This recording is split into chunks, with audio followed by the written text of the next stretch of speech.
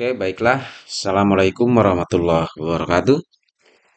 Kita kembali akan lanjutkan untuk pembuatan laporan dengan menggunakan aplikasi Mayap Accounting, yaitu dari UD Sejuk Indonesia, di mana pada pertemuan sebelumnya kita sudah sampai pada proses pencatatan dokumen transaksi ya, dari dokumen nomor 1 sampai dengan dokumen nomor 20. Pada pertemuan kali ini khusus saya akan bahas terkait bagaimana cara mencatat adanya bukti memo ya untuk penyesuaian dari UD Sejuk Indonesia ini ke dalam aplikasi My Accounting. Oke, mungkin akan kita lanjutkan saja, kita langsung aja untuk mempersingkat waktu. Di sini untuk proses pencatatan biar mudah saya akan coba belas seperti ini. Oke, langsung saja kita akan mulai melakukan pencatatan bukti memo ini yang ada di UD Sejuk Indonesia ya. Yang pertama di sini untuk buktimu yang pertama adalah ada data penyesuaian akhir periode ada 4 poin ya terkait persediaan akhir setor sublease, kemudian beban sewa, beban asuransi dan ada tax dan kerugian piutang. Untuk mencatat adanya bukti memo, maka semua kita akan catat di tab menu akun, kita masuk ke record journal entry. Seperti ini. Oke, untuk general jurnalnya silakan masukkan nomor memonya BM12-1 ini. Kemudian kita masukkan tanggalnya. Tanggalnya tentunya karena ini tanggal 31 Desember. Ingat bahwa jika kita menggunakan periode akuntansinya periode ke-13, maka pada saat penulisan tanggal kita gunakan tanda bintang di depan.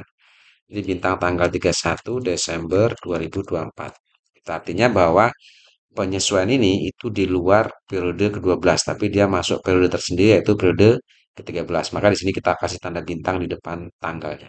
Untuk demonya di sini Oke, tanggal 2024 ya. Ya, seperti ini. Oke, untuk memonya sendiri kita gunakan ini data penyesuaian akhir periode ya. Kita gunakan di sini, oke, kita masukkan di memonya ini. Oke, yang pertama kita akan catat terkait persediaan air store surplus di sini dinilai 2.175. Oke. Untuk mencatat adanya beban pemakaian atas perlengkapan, kita lihat nilai saldonya terlebih dahulu. Di sini kalau kita lihat untuk saldo store surplus itu nilainya adalah 11 juta ya 11 juta ya 11 juta. Kemudian pada akhir periode ini dinilai hanya 2.175. Oke, sekarang kita hitung berapa eh, penyusutan atas nilai perlengkapan itu. Kita masuk ke sini. Di sini kita lihat bahwa perlengkapan itu nilainya 11 juta di daftar saldo ya. Kita masukkan di sini 11 juta. Oke, sorry. 11 juta ya. Kemudian dikurangi dengan taksiran air periode yaitu 2.175.000. Maka didapat nilai 8.825 ribu rupiah. Nah, inilah yang akan kita catat ke dalam jurnal. Oke, untuk mencatat adanya pemakaian atas perlengkapan ini, jurnalnya adalah di sisi debit kita gunakan office surplus expense ya. Oke, yang ini nilainya adalah 8.825.000. Lalu di sisi kreditnya kita gunakan akun office surplus itu sendiri. Oke, nilainya sama seperti ini. Itu yang pertama ya. Yang kedua, beban sewa toko Desember 2024 adalah 2 juta. Di sini sudah disebutkan bahwa untuk beban sewa toko untuk bulan Desember itu nilainya 2 juta. Berarti nilai 2 juta inilah yang akan kita catat ke dalam jurnal.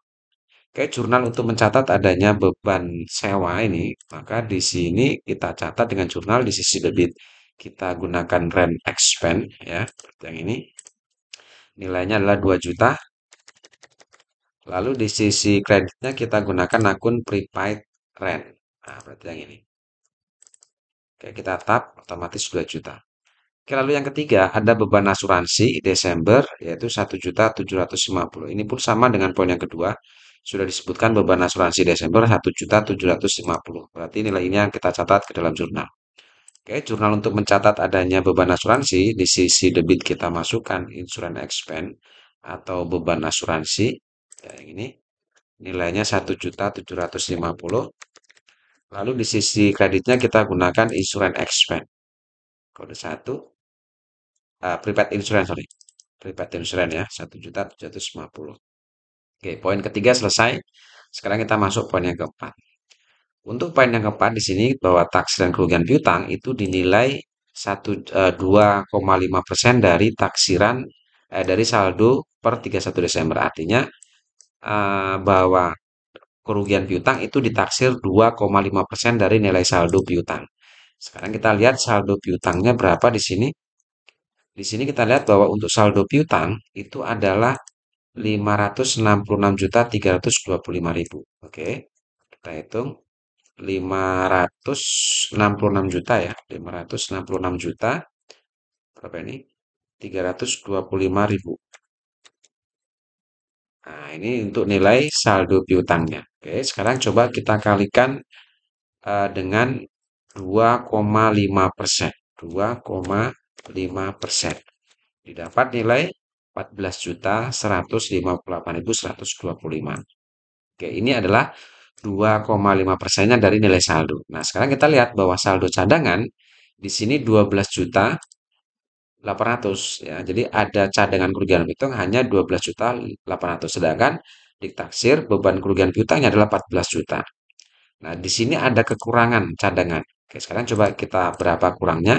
Kita kurangi di sini dengan nilai saldo cadangan kerugian piutang yaitu 12.800. Dikurangi dengan 12.800. Oke, 12.800.000 didapat 1.358.125. Inilah yang akan jadi beban kerugian piutangnya. Oke. Nah, jurnal untuk mencatat adanya beban kerugian piutang ini kita gunakan di sisi debit, kita gunakan beban kerugian piutang atau bad debt expense ya. Nilainya 1.358.125.000. Ya, lalu di sisi kredit kita gunakan akun allowance for debt. Nah, ya. Nah, ini untuk jurnal di bukti memo yang pertama. Oke, kita tap pastikan out of balance-nya 0. Kalau sudah ini bisa kita record. Itu yang pertama. Sekarang kita masuk untuk bukti memo yang kedua. Bukti memo yang kedua di sini ada dua poin ya. Poin yang pertama terkait penyusutan equipment dan poin yang kedua terkait gaji bulan Desember. Oke, kita masukkan dulu nomor memonya di sini BM12-2 ya. Kita masukkan ke sini. Tanggalnya masih tanggal 31, jangan lupa di depannya kasih tanda bintang. Keterangannya di sini adalah terkait penyusutan equipment ya. Penyusutan peralatan dan gaji. Oke. Yang pertama, jurnal untuk mencatat adanya penyusutan equipment bulan Desember. Di sini sudah disebutkan bahwa equipment itu atau penyusutan equipment di Desember itu 1.375.000 ya. Artinya nilai penyusutannya sudah ada di sini. Tinggal kita jurnal saja nilai ini. Nah, jurnal untuk mencatat adanya beban penyusutan atas peralatan itu di sisi debit kita gunakan depreciation expense ya. Nilainya adalah 1.375.000. Sedangkan di sisi kredit kita gunakan equipment akum debt. Oke, kode 1 berarti yang ini ya. Ya, tetap. Oke, itu jurnal yang pertama. Yang kedua, terkait gaji bulan Desember yang akan dibayar bulan Januari, yaitu nilainya 10 juta di sini. Nah, adanya penundaan atas pembayaran gaji karyawan, ini otomatis akan menimbulkan utang gaji di sini. Nah, munculnya utang gaji di sini akan kita catat dengan jurnal. Di sisi debit kita gunakan wages and salaries expense ya. Wages and salaries expense berarti yang ini nilainya adalah 10 juta. Lalu di sisi kredit kita gunakan utang gaji. Nah, karena di sini tidak ada utang gaji, maka kita bisa gunakan expense payable, utang biaya. Oke, tahap seperti ini nilainya 10 juta. Nah, itu jurnal untuk mencatat munculnya beban gaji atau munculnya utang gaji karena ada penundaan atas pembayaran beban gaji. Oke, kalau sudah seperti ini bisa kita rekod. Ya, selesai. Sekarang kita masuk ke bukti memo yang terakhir. Yang pertama adalah kita masukkan dulu ya nomornya ini. Nomor buktinya BM12-4. Oke, kita masukkan tanggalnya masih tetap. Oke, bukti memonya adalah ini terkait PPH ya. PPH badan. Oke. Yang pertama, oleh karena pencatatan PPN income dan PPN outcome sesuai dengan faktur pajak standar, maka kedua akun tersebut segera ditutup saldonya, kemudian dipindahkan ke PPN payable. Oke, yang pertama kita intinya disuruh menutup saldo PPN outcome dan PPN income. Nah, sekarang kita tahu, kita lihat di sini saldo PPN income ya dan PPN outcome kita masuk kode 2. PPN outcome di sini saldo normalnya dia ada di sisi sebelah kredit. Oke, nilainya di sini untuk PPN outcome-nya adalah 100 berapa ini? 100 sorry. 143.375.000. Oke, kita catat di sini biar tidak bingung ya. 143.375.000. Oke. Kemudian PPN kita masukkan dulu ya. Ini saldo normal PPN outcome kan dikredit, maka pada saat pencatatan di jurnal penyesuaian kita karena mau menutup saldo maka kita masukkan di sisi sebelah debit ya, PPN outcome di sisi sebelah debit. Oke, PPN income itu kita letakkan di sisi sebelah kredit. Oke, nanti kita letakkan di sisi sebelah kredit. Oke, untuk PPN outcome-nya sendiri adalah 143.375.000. Sedangkan PPN income-nya di sini kita lihat di sini PPN income itu ada di kode 1 masuk aset ya. Nah, ini nilainya adalah 110 juta. Oke, kita catat di sini 110 juta. Berapa ini? 822.000. Oke, baru kita pindahkan ke sini. 110 juta 822.000. Nah, seperti ini. Nah, kemudian perintahnya di sini adalah bahwa selisih saldonya disuruh dipindahkan ke PPN payable. Maka di sini kita masukkan ya, ada selisih di sini. Selisihnya adalah 32.553.000. Nah, selisih ini akan kita masukkan di PPN payable. PPN payable kode 2 ya. Nah, ini. Oke, kita tap letakkan di sisi sebelah kiri seperti ini. Lalu kita tap, oke, balance atau bilangnya 0. Itu sudah seimbang. Oke, itu yang pertama. Yang kedua, kita disuruh menghitung pajak penghasilan badan dengan ketentuan tarif terbaru yaitu sebesar 0,5% dari peredaran bruto. Dan di sini sudah disebutkan bahwa nilai brutonya adalah 561.500.000. Sekarang kita hitung 500 berapa itu? 561.500.000 dikalikan dengan 0,5%. Oke, didapat 2.807.500. Oke, ini beban pajaknya berarti. Coba kita hitung ulang. 0,5%. Oke, sorry. 0,5%. Tuh, nggak mau. Oke, 561.500.000 dikalikan dengan 0,5. Oke, dibagi 100. Ya, ketemu 2.807.500. Inilah PPh-nya yang kita catat, yang akan kita catat ke jurnal. Oke, jurnal untuk mencatat adanya PPh ini di sisi debit kita gunakan income tax expense ya. Oke. Nilainya tadi adalah sorry. 2.807.500. Oke. Lalu di sisi kredit kita gunakan income tax payable. Kita masukkan kode 2. Nah, income tax payable di sini ada 4 ya. Kita gunakan yang income tax payable pasal 25. Ini sesuai karena sesuai dengan nilai bruto seperti ini ya. Kalau sudah kita tap. Oke, selesai.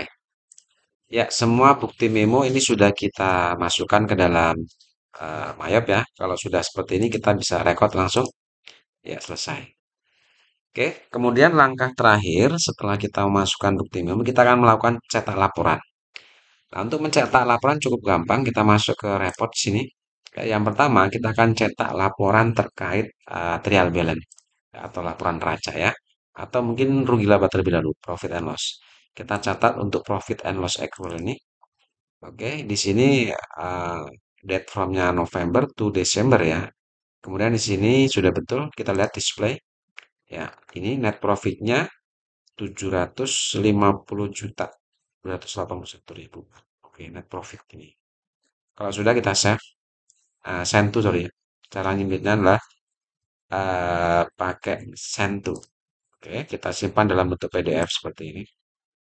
Silakan kalian simpan, letakkan di mana yang ingin kalian letakkan ya. Di sini saya simpan di drive D di foldernya Sejo Indonesia. Kalau sudah selesai. Oke, itu yang pertama. Cetak laporan yang kedua terkait trial balance. Berarti yang ini. Oke, sama ini kita bulan, sorry ya, tadi agak salah ini. Untuk yang profit and loss-nya, November sampai Desember, sampai periode ke-13 ya. Karena kita masuknya periode 13 display. Nah, ini yang benar. Oke, kalau sudah kita save ya, send to PDF. Oke, save. Kita timpa saja file yang tadi. Oke, kemudian yang kedua kita coba cetak untuk trial balance-nya ya. Yang ini dua kali. Oke, masuk periode ke-13, display. Nah, ini trial balance kita. Kalau kita lihat sudah seimbang semua ya. Kalau sudah kita simpan PDF. Oke, trial balance. Ya, kemudian yang selanjutnya kita masuk ke laporan arus kas, statement of cash flow ini ya.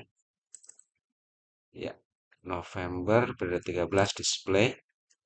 Oke, ini laporan arus kasnya. Kalau sudah kita save, ya save seperti ini. Oke, selesai close. Yang terakhir mungkin kita butuh laporan yaitu terkait apa nih? Saya rasa itu yang biasa dibutuhkan ya untuk laporan untuk catat laporannya, laporan laba rugi, neraca, kemudian apa trial balance, kemudian laporan arus kas. Kalau kita misalnya butuh masing-masing laporan jurnal di sini ada cash disbursement, ada cash receipt.